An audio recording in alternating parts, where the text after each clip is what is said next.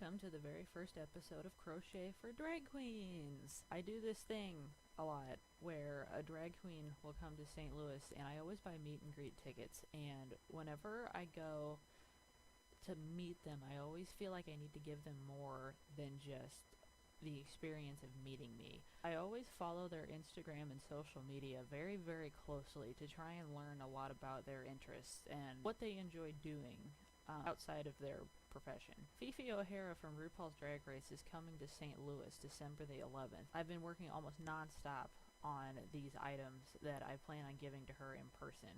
They're still not done. I'm staring at the mountain of incomplete work that I still have to finish, and I have 6 days to finish it, and I'm hoping that I get it done in time. Fifi openly posts on all of her social media that she's a big supporter of 90s cartoons. And that's really awesome because I'm from the 90s. I was born in, well, I'm not a 90s baby, but I was born in 92.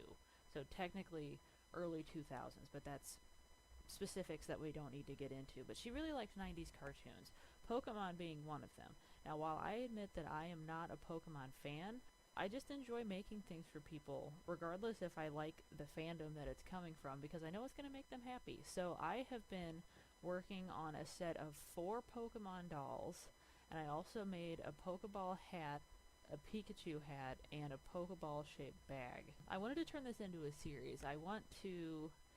It's going to be few and far between because RuPaul's Drag Race girls very seldomly come to St. Louis, and if they do come to St. Louis, it's very rare that I can crochet them anything that's actually going to pertain to their interests. I've only done it one other time, and this was before I had decided to turn this into a video series.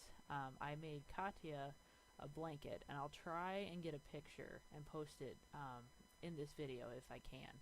And I'll show you what it looks like. I only think I have like 2 pictures of it completed, and they're really, really crap pictures. But I'll try and put them in here. But, so I'm just gonna go ahead and start showing you guys the progress that I have, and I'll do an update video whenever it's done. So this one, I actually don't know if I'm gonna give it to her or not. It depends on how it looks after I sew the liner into it. But this is the Pokeball-shaped bag that I had made.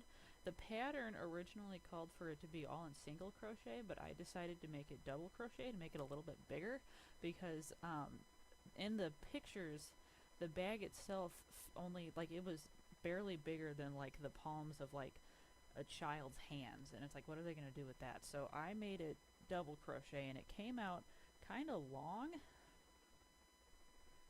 It's not really Pokeball shaped anymore, but it's pretty decent. Also, you can kind of see through it in the white part. I don't know if this will show up on video, but you can really see through it. I went to Joann's and I tried to find some Pokemon printed fabric, but they had a huge sale where they had like a 60% off coupon on their material. So the only Pokemon fabric that they had was pink and purple, and I was looking for, I don't know if anyone remembers those old school, they were blue and they had like the first generation Pokemon printed on it. They were bed sheets. I was hoping to find material that had that print on it, and they didn't have any.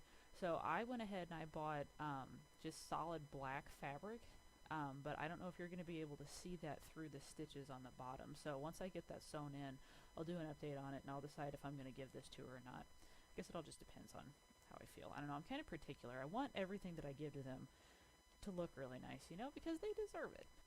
But the next one is, this is the Pokeball shaped beanie that I made. It's kind of big. I wish I had done one fewer round of increases to make it fit, because she's small. She says she's 5'7", and that's how tall I am, but she's also a lot thinner than I am. So I would imagine that her head is a lot smaller than mine is, because this is pretty big on me, and I have a big head. But that's this. And then lastly, I found a pattern for a Pikachu hat. And in the original pattern, it had a face on it, and I decided to go without the face because I wanted kind of like a minimalist approach, because I think it's cuter. So I made, very loosely, this hat. I put the cheeks on it, and, you know, the nose and the eyes would normally be right here, but I decided to go against that. And then it's got floppy ears. I thought about stuffing these and making them stand upright, but I think that would have looked a little ridiculous. So I think this is a little bit cuter. I almost didn't put the cheeks on there because I kind of wanted it to look like you yourself had Pikachu ears, but without the red circles, it wasn't easily identifiable as being Pikachu, so I decided to put them on there, and I'm happy that I did. I also posted a picture of this on my Facebook, and a lot of people really liked it, so I guess if others liked it, I guess it's pretty good, because I guess my tastes aren't the same. I'll start showing you the pieces of the dolls that I'm working on. I still have to make all of their arms and legs. I have a lot of arms and legs to make, but I have a lot of the big stuff done. So I'll start with the Squirtle. So this is its body, and this is the tail. The tail is going to have it rolled under and stitched together, so it'll go like this. And then this is the head. So I still have to make all the arms and legs, and then I have to stitch on the eyes, I have to do the white around the shell, and I also have to stitch on like the shell pattern on the bottom. So once I have all of these crocheted, like all the parts and pieces, it's going to be a lot of construction and a lot of detail work that I'm going to have to stitch on in felt. But I'm looking forward to it. I enjoy that kind of thing. I enjoy sewing. I actually bought a sewing machine on Black Friday last year. I still haven't even taken it out of the box. I want to learn how to sew really, really bad. I just started working on the Charmander. The Charmander the head and body are one piece, and I just made the tail. So I have to do arms and legs on him. And then I'm also kind of excited because you get to take, like in the pattern, you take acrylic yarn and you brush it out, like people used to make like tails for furry cosplays. And it makes it fiery, so I'm kind of excited to experiment with that. I need to get an animal hairbrush. They say like a really fine metal tooth comb, and you brush it out. So that should hopefully be fun. I have the Bulbasaur. I still need to do its body, but I have his head, and I have the bulb part. And it's kind of lopsided. I don't know what happened, but in the pattern, you take yarn and you wrap it really, really, like maybe I can demonstrate with the tail. You wrap it really tightly to make it bulge out like that, and you do it in 6 segments. And I feel like it's understuffed because it doesn't keep its shape very well, but it's just so lopsided. I don't like it. But I'm thinking that because it's understuffed, it should give some really nice puff whenever I put the yarn around. If I have one arm and one foot, I have to do the other ones. Oh, I found another arm. I only have one more foot to do. Cool. The Pikachu is the only one. I have all of the parts completed. So he's done as far as like the crochet stage goes, so I just have to stitch him together and put on the eyes and the stripes, and that's it really. So I have the body and I have the head, and then I have these are really, really cute. You use little puff stitches and you make little toes. I don't know if you can see the little toes right here out of puff stitches. It's really cute. These are the front feet. And these are the back feet. These are his little ears. How cute are those?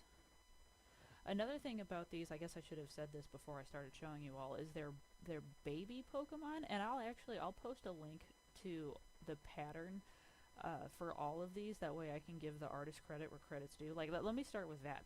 Disclaimer, these are not my own patterns. This is a free pattern that I found on Ravelry. This girl, I'm sorry that I don't know your name, I'll link it in the description, has a DeviantArt account that she posts all of her patterns on. Now, not everything that she posts has a pattern because she just freehands everything, and she's amazing. But she was, kind enough to post the pattern for these so everyone else can have them. How cool is that? But whenever these are all put together, they're supposed to lay flat with their arms and legs sticking out. Because they're called baby Pokemon. So their legs would lay flat, and his ears would flop over backwards, and the tail would come out like this. So I thought that was super cute. I really hope that Fifi enjoys all of my hard work. I feel like she would enjoy it. I've actually also, I drove all the way to Iowa by myself to visit Sasha Bell, who was the second contestant to go home in season 7, to meet her and her drag daughter. She has like a bunch. But I made a Mudkip for Roxy Mess, and she really liked it. At least I think she liked it. She acted like she really liked it. I don't know. I'm a little I'm a little insecure when it comes to giving things to people because I put a lot of heart and soul into them in the hopes that they appreciate what I do. But I also don't want to come off as creepy. Like whenever I go to visit them, I always get the shakes and I get the stutters and I stumble over my words, and because you know these are really famous people, and you know you're just a little small town person who's going to see their show, and whenever you go and try and express how much you love them and how much you appreciate what they do, you know, you don't know if they're going to care. I mean, they always say that, you know, I appreciate every one of you and thank you for what you do, because without you, I can't do what I do, and it's true. I don't know, I just feel like if you have lots and lots of fans that it can get overwhelming, but I guess they're used to that. So I made Roxy Mess a Mudkip, and I made her a Power Ranger hat. And I'll try and post pictures of all of this. I just have to dig pretty deep because I did this a while ago. So that's really much all I have for this video. This is the first one in the series that I would like to have. The videos are going to be few and far between, but I'll try and update. Maybe I'll make a video saying, hey, this is who's coming this time, and I'll maybe give some ideas of what I'm going to do.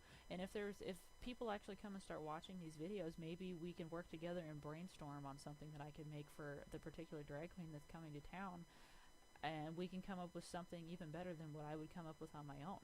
And then I'll make progress videos on how it's going, and you can give your input, and we can make something really special for a really special queen. You know, they deserve it. So, thank you so much for watching. I'll see you next time.